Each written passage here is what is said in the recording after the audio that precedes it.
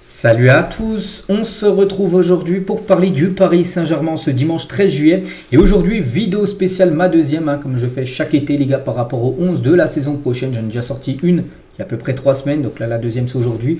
J'en ressortirai encore 2 voire 3 courant été. Donc voilà, aujourd'hui les gars, on va voir à quoi pourrait ressembler le 11 de départ bien sûr pour la saison prochaine. Donc tout d'abord on commence avec le dispositif que va mettre en place bien sûr Luis Enrique la saison prochaine. On pense qu'il va rester sur le dispositif qui marche, le 4-3-3. Ça a très bien marché cette saison bien sûr avec la Ligue des Champions remportée comme ça. On pense qu'il va continuer sur ça. Pourquoi changer bien évidemment.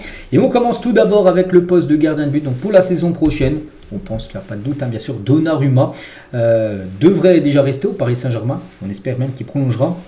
Et bien sûr, Donnarumma sera le gardien numéro 1. À part, bien sûr, si vraiment il ne veut pas prolonger, il y a un coup de théâtre. Là, bien évidemment, il sera vendu et un nouveau gardien arrivera. Mais sinon, on pense à 95%, ce sera bien sûr Donnarumma. Le numéro 1 la saison prochaine. Donc voilà, il n'y a pas de doute. On bascule maintenant sur le côté gauche de la défense. Donc là aussi, pas trop de doute les gars avec ce joueur qui est pour moi peut-être à l'heure actuelle le meilleur défenseur gauche du monde. C'est Nuno Mendes. Voilà, tu vas pas changer Mendes à l'heure qu'actuellement il est très très fort. La saison dernière a été vraiment ouf pour lui.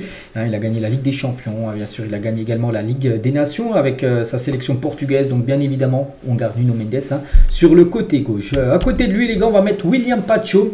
Pour moi, un pilier de cette défense du Paris Saint-Germain. Voilà, donc vraiment énorme joueur bien évidemment. Il a beaucoup manqué lors du match contre le Real, bien sûr il y a quelques jours en Coupe du Monde des clubs.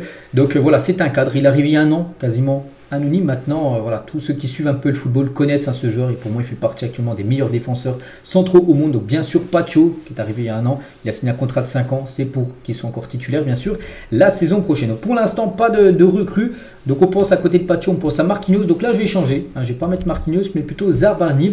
Et c'est vrai qu'à partir de demain les gars, on rentre dans une semaine après où il n'y a plus de compétition voilà pour Paris. Et on se dit que oui là le mercato va s'accélérer. Et c'est qu'on parle beaucoup de ce Zabarni, un joueur de Bournemouth qui pourrait débarquer du côté du PSG. Donc si Paris débourse comme 70 millions d'euros, parce que c'est la somme qui a été, qui fuite là depuis quelques jours, on se dit c'est pas pour le mettre sur le banc. T'achètes pas un joueur 70 millions pour le mettre sur le banc. C'est déjà arrivé avec par exemple Colomoni, encore plus cher. Mais voilà, Colomoni il avait flop. Donc lui on espère qu'il réussisse et c'est vrai que s'il vient au Paris Saint-Germain, on le verrait bien à côté de Pacho. Voilà, donc les deux pour moi pourraient être les deux défenseurs centraux saison prochaine. Si Marquinhos reste, donc il sera dans la rotation bien sûr des milieux de terrain. Après tu peux mettre aussi d'autres joueurs, tu peux mettre Beraldo, tu peux mettre Kimpembe bien sûr dans la rotation également. Des défenseurs centraux, mais pour l'instant il faut en mettre deux. Donc j'ai mis ces deux là. Et à droite les gars, donc c'est pareil que Nuno Mendes, on parlait voilà, à l'heure actuelle le meilleur défenseur gauche du monde, Nuno Mendes. L'autre côté à droite pour moi le meilleur actuellement à droite c'est Hakimi bien sûr au monde et bien évidemment quand tu l'as dans l'équipe tu le mets titulaire. Donc voilà, là il n'y a pas de doute, Achraf Hakimi restera au Paris Saint-Germain et sera le titulaire défenseur droit. Donc là seulement un changement, Zabarni peut-être à la place de Marquinhos qui commence à être âgé. Sinon voilà, tu ne changes pas bien sûr une équipe qui vient de gagner quand même, une défense qui vient de gagner quand même la Ligue des Champions en plus en faisant un clean sheet en finale 5-0. Donc tu gardes quasiment la même défense. Au milieu de terrain, donc là tu commences tout d'abord à gauche, milieu à gauche, donc João Neves. Neves arrivé il y a un an pour 60 millions d'euros en provenance du Benfica, plus 10 avec les bonus bien sûr, mais voilà, c'est un joueur qui va rester au PSG, il a signé sur le long terme du côté de Paris, il ne va pas faire une année, gagner la LDC et partir bien sûr, tu le mets encore dans cette équipe bien sûr. João Neves, aucun souci à côté de lui, tu mets Vitinha, Vitinha bien sûr, il va rester au Paris Saint-Germain, donc là c'est le duo portugais, et juste à côté aussi Fabien Ruiz. Vous dites ouais mais tu mets pas de nouvelles recrues tout ça, mais tu viens de gagner quand même la Ligue des Champions, tu ne vas pas changer 8 joueurs de l'équipe alors que tu as quasiment tout remporté cette saison. Non, tu gardes vraiment une grosse structure. Après, ça se peut que bien sûr, il y a peut-être des joueurs qui arriveront là dans les futurs jours. Mais pour l'instant, il n'y a pas beaucoup de rumeurs parce que Paris était vraiment concentré à 100% sur cette Coupe du Monde des clubs. Et le mercato, vraiment, les rumeurs viendront après, bien sûr, la compète. Et à part Zabarni, où son nom a souvent circulé parce que le PSG le voulait pour jouer cette Coupe du Monde des clubs, ce qui n'a pas été le cas. Sinon, au milieu, les gars, il n'y a pas de rumeurs de milieu de terrain qui doit arriver à Paris. On reste sur ces trois-là, donc ça a très bien marché bien sûr cette saison, parce qu'ils ont été très très bons, ils sont très complémentaires bien sûr les trois. Et on finit avec les attaquants, on commence tout d'abord au poste d'ailier gauche, donc Kvaratskhelia. Voilà, Kvaratskhelia maintenant c'est un titulaire indiscutable bien sûr de cette équipe, il arrive en janvier, c'est pas pour partir 6 mois après bien sûr, c'est un cadre du PSG et il sera bien sûr titulaire la saison prochaine. Après bien sûr il faut aussi pas mal de joueurs pour entrer dans la rotation, parce qu'on sait que Luis Enrique aime donner du temps de jeu à tout le monde. Donc oui, Kvaratskhelia là, pour moi c'est titulaire dans les grands matchs. il y a plein de matchs où il commencera sur le banc, bien sûr, pour donner le temps de jeu aux autres. Hein. Donc Kvaratskhelia titulaire. De l'autre côté, on met Désiré Doué. C'est qu'on a le choix entre Désiré Doué et Barcola. À chaque fois, on se dit qui commence titulaire.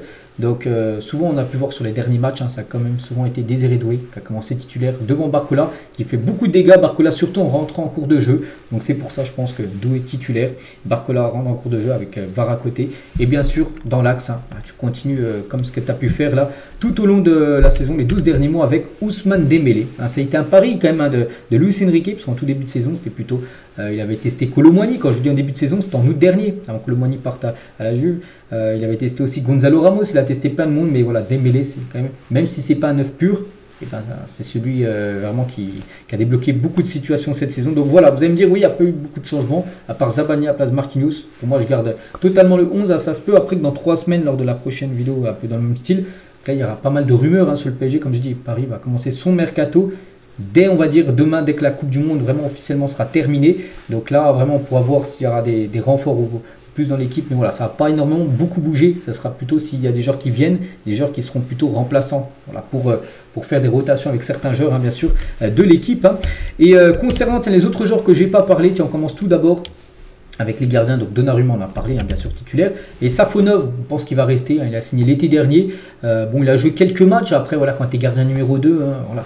Il joue quelques rencontres, il a joué bien sûr en Coupe de France, tout ça. Donc on pense qu'il restera, il accepte hein, ce rôle de numéro 2, il apprend, hein, bien sûr, le gardien russe. Hein. Et Arnaud Tenas, donc je pense qu'il partira. Arnaud Tenas, pour l'instant, il est toujours à Paris. Mais je pense qu'il y a bien un moment, pendant le mercato, il partira parce que lui, il aimerait avoir un peu plus de temps de jeu. Malgré quand même qu'il a un peu joué. Hein. Il y a des gardiens numéro 3, enfin, vu que lui c'est le 3e gardien, il y a des gardiens numéro 3 dans certaines équipes qui n'ont pas joué une minute à cette saison. Lui, il a joué quand même 2-3 matchs. Hein.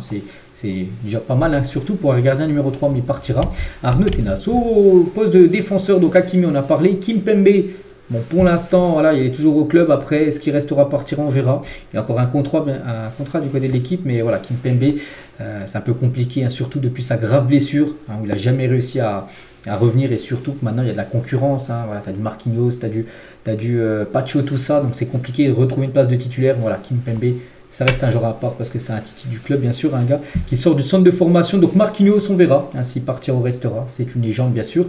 Hernandez, je pense qu'il va rester, hein, bien sûr, du côté de l'équipe, toujours dans ce rôle de super sub, hein, de faire souffler les autres défenseurs. Donc Mendes, on a parlé. Beraldo, il va rester. Pacho, un cadre. Hein.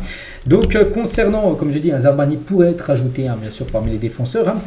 Milieu de terrain, donc Ruiz, Vitinha, on en a parlé, c'est des cadres avec Neves. Hein. Donc concernant Canguigny, je pense qu'il partira, Canguigny. J'ai beaucoup vu l'équipe de Naples hein, qui était fortement intéressée par lui, donc on pense qu'il partira sur ce mercato. Maïlu, donc lui je pense qu'il restera, il pourrait même prolonger, hein, le jeune Maïlu, Capran, hein, du côté bien sûr de Paris. Et Zaïre Emery, donc maintenant, voilà, on sait que maintenant c'est plutôt un remplaçant. Par exemple, il y a un an quand je faisais le même genre de vidéo, je le mettais en tant que titulaire parce qu'il avait été titulaire l'année juste avant. Et là, bien sûr, il a perdu sa place. Maintenant, il y a meilleur que Zaïre Emery. Donc maintenant, il rentre dans la rotation, bien sûr, des milieux, il fait souffler de temps en temps certains joueurs. Donc le jeu milieu, il peut jouer aussi défenseur droit de temps en temps. Et parmi les attaquants, donc Kvaratskhelia, on a parlé bien sûr, hein, cadre hein, comme Dembélé, comme Doué. Hein. Donc concernant Gonzalo Ramos, bon, pour l'instant, on ne sait pas trop ce qu'il va faire. Moi, je pense qu'il partira, Gonzalo Ramos. Après Paris, il a acheté 80 millions d'euros, hein, 65 plus 15. Ça sera compliqué de récupérer cette somme.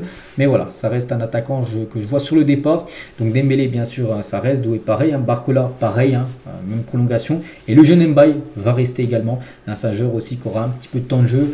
Peut-être en fin de saison prochaine, bien sûr, parce que là, au début de saison, bien évidemment, ce sera les matchs importants, ce sera des matchs en jeu. Donc là, il faudra bien sûr mettre la meilleure équipe, mais c'est un joueur qu'on pourra voir peut-être en Coupe de France, hein, bien sûr, le jeune Ibrahim Mbaye. Hein. La saison prochaine, donc voilà les gars, tout ce qu'il y a à dire aujourd'hui. J'espère que ça vous a plu, hein, ce deuxième numéro. Donc on se retrouve, donc là on est le 13, on se retrouve peut-être fin juillet, début août, bien sûr, pour la 3e vidéo. Allez, je vous souhaite un très bon dimanche et à demain.